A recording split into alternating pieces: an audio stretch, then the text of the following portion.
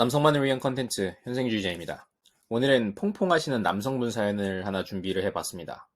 결혼 반년 만에 이혼 준비 중입니다. 의사라고 이 블라인드에 나왔네요. 연애 5년 후 결혼을 했고 제목대로 반년 만에 이혼 준비 중입니다. 와이프는 저보다 한 살 어리고 30대 중반에 결혼했습니다. 그러니까 30대 중반에 와이프는 저보다 한 살 어리다. 그러니까 둘 다 어차피 30대 중반 나이다. 다음은 결혼 후 반년 동안 일어났던 일을 요약한 내용입니다. 이게 실제로 더 많다는 얘기죠. 결혼 전 제가 모은 돈으로 서울에 작은 아파트를 준비를 했었고 저희 부모님으로부터 별도로 5억을 지원받았습니다. 와이프는 안정적인 직장을 다녔었는데 결혼 후 곧바로 그만두었습니다. 임신 준비를 하겠다는 이유였고 이 부분은 저도 동의를 했습니다. 아이를 갖기 위해 여러 방법으로 시도했었으나 매번 실패했습니다.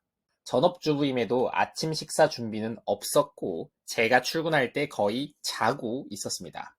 저녁 식사 준비도 손에 꼽을 정도였습니다. 거의 배달 음식이었습니다. 돈 관리는 함께 하고 있는데 사실상 제 카드로만 결제를 하고 있는 상태. 최근 경제권 전권을 와이프가 갖겠다고 하여 다툰 적이 있었습니다. 명절에도 저희 부모님께는 마지못해 전화만 했고 명절 선물만 저를 통해 보내는 등 저희 부모님을 남대하듯 하였습니다. 잘못을 했을 때 형식적인 사과도 하지 않습니다. 근데 이거는 원래 여성은 먼저 사과라는 그런 동물은 아닙니다. 전 세계 어느 국가를 가도 똑같을 거예요. 되게 고맙다는 얘기를 했던 적이 있었나 싶습니다. 자, 팔도 너무나도 심각한 내용이죠. 사실 팔이 좀 문제가 되지 않나라고 저는 생각을 합니다. 내 프레임 안에 여성이 핏하게 들어와서 나를 리스펙해주는 그런 삶을 살고 있는지를 진심으로 물어볼 때 이 여성이 나에게 정말 감사 표현을 잘 하고 있는지를 좀 판단해 보셨으면 좋을 것 같아요. 근데 8번 없다고 하셨고요. 관계를 가질 때, 그러니까 성관계를 가질 때의 얘기입니다. 결혼하고 나서부턴 항상 같은 자세로 누워만 있었는데 이런 걸 전문 용어로 마구로 동태눈깔이라고 하죠. 최근에는 줄 1회 정도 갔던 관계마저 일방적으로 거부했었습니다. 스킨십도 거부합니다. 결혼 전에는 전혀 문제가 없었던 부분인데 결혼 후 180도 변한 이유에 대해 물어도 설득력 없는 변명만 늘어놓습니다. 이와 같은 일에도 저는 잘 참아왔다고 생각했는데 결정적으로 9번 같은 일이 벌어져 결국 이혼을 결정했습니다. 현재 상황에 이혼 외에는 해결 방법이 떠오르지 않습니다. 혹시나 이런 위기를 잘 극복한 케이스가 주변에 있으실까요? 제가 참고할 수 있는 조언이 있다면 부탁드립니다. 제 영상을 자주 보시는 분들이라면 이 9번을 보고 제가 앞으로 뭘 이야기할지 예상이 가시는 분들이 계시리라 봅니다. 대한민국에는요, 이혼을 할 때 귀책사유라는 게 있습니다. 이걸 좀 쉽게 설명을 해드리면은 이혼을 누군가에 의해서 그 누군가의 어떤 책임으로 인해서 이혼을 하냐라는 걸 물어보는 겁니다.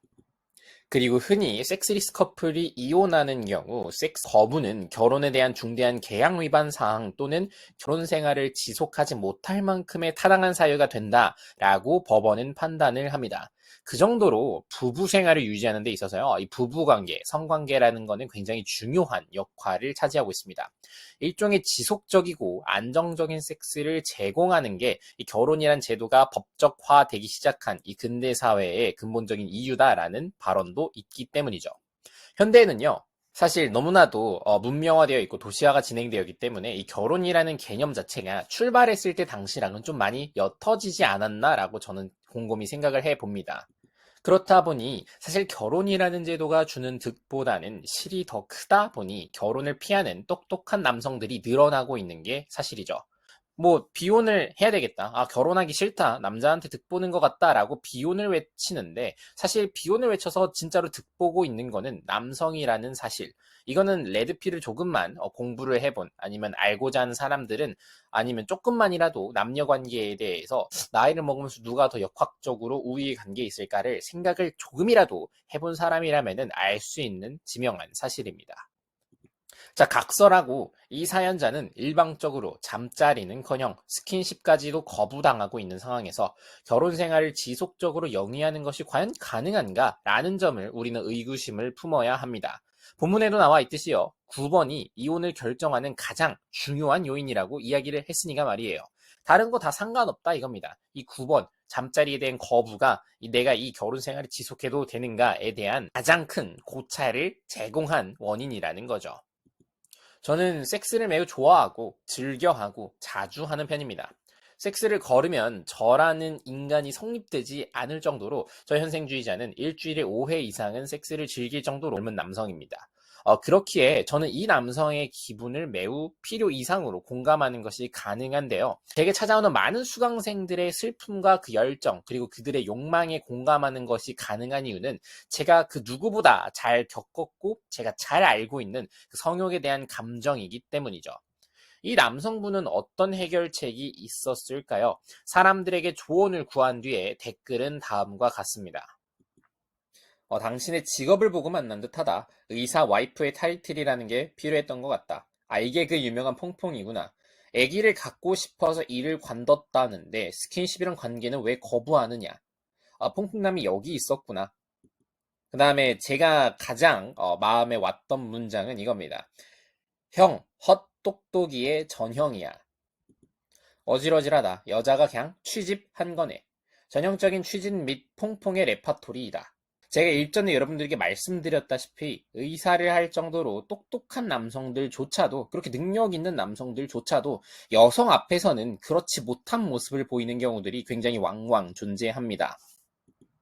자, 지금 보이시는 이 사진 자료처럼 내용은 잘생기지 않아도 충분히 얻어낼 수 있는 출력들입니다. 이거는 잘생겨도 사연자처럼 여성에게 잡혀 사는 주도권 없는 연애만 하는 그런 사람들이 얼굴이 모든 걸 해주지 않는다라는 걸 증명해주는 한 스크린샷이 될 것 같은데요. 이 내용처럼 얼굴이 그렇게 뛰어나지 않아도 내 스스로가 확실히 내 프레임을 전개할 수 있다면은, 여성이 거기에 핏한다면은 나를 존중해주는 연애관계를 즐길 수 있다라는 말입니다.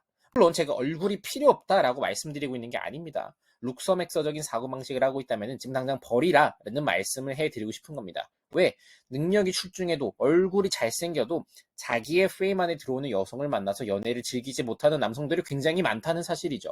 후기 댓글이 있습니다. 댓글로 조언 주셨던 모든 분들께 감사드립니다. 많은 도움이 되었습니다.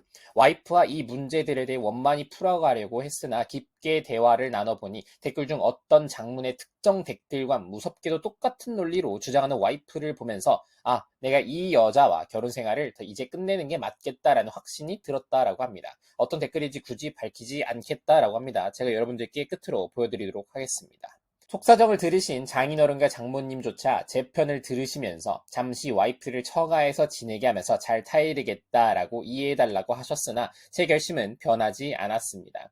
5년이나 연애했는데 몰랐냐고 묻는 분들이 계셔서 첨언을 해드리자면, 어쩌면 5년이라는 길다면 긴 연애 기간 때문에 매몰 비용의 오류로 인해서 행해진 결혼이 아니었나라고 생각이 됩니다. 결혼식장으로 향하던 그날 아침에도 제가 이렇게 실패할 것을 저도 마음 한편으로는 알았는지도 모르죠. 이 부분은 명백히 제 탓입니다.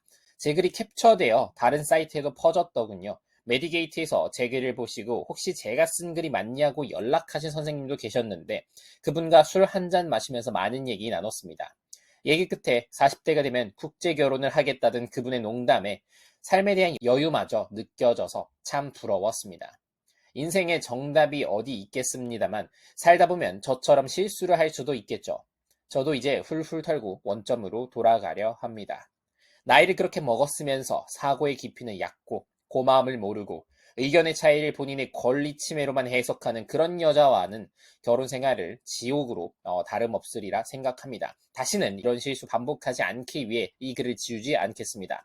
이혼 사유의 다수가 성격 차이라고 하는데 아주 멋지게 포장된 말이라고 생각합니다. 저도 그렇게 저희 부부의 실패를 포장하면서 이 글을 마치도록 하겠습니다. 이런 헛똑똑이들도 그렇게 다행인 게 배우면은 달라진다라는 게 굉장히 다행인 점입니다. 자, 지금 보시는 거는 제가 진행했던 폰게임 마스터 1기 수강생들의 사진입니다. 이렇게 제 과거 수강생도 우등생이 되어서 바뀔 정도로 말이죠. 심지어 얼마 전에 진행했던 폰게임 마스터 2기 수강생들조차도 지금 보이시는 것처럼 굉장히 훌륭한 성적을 걷어내는 것이 가능했습니다. 아마 본인이 능력은 출중한데 퐁퐁이가 될 것 같다라고 생각한다면 들어야 되는 필수 강의, 그게 바로 현생주의자의 강의가 아닐까라고 생각이 됩니다. 아기를 갖고 싶어서 이를 관뒀다는데 스킨십과 잠자리를 왜 거부하지라는 댓글이 있습니다. 여성이 어떤 심리를 가지고 있었는지 알 수 없고 추측해도 안 됩니다. 하지만 확실한 건 인간이 블루투스 기능이 탑재되어 있어서 무선 임신이 가능한 신인류가 아닌 이상 사연자의 아내는 굉장히 이기적인 행동을 하고 있다라고 밖에 말을 할 수가 없겠네요. 이 영상은 팬분들의 후원으로 인해서 제작되었습니다.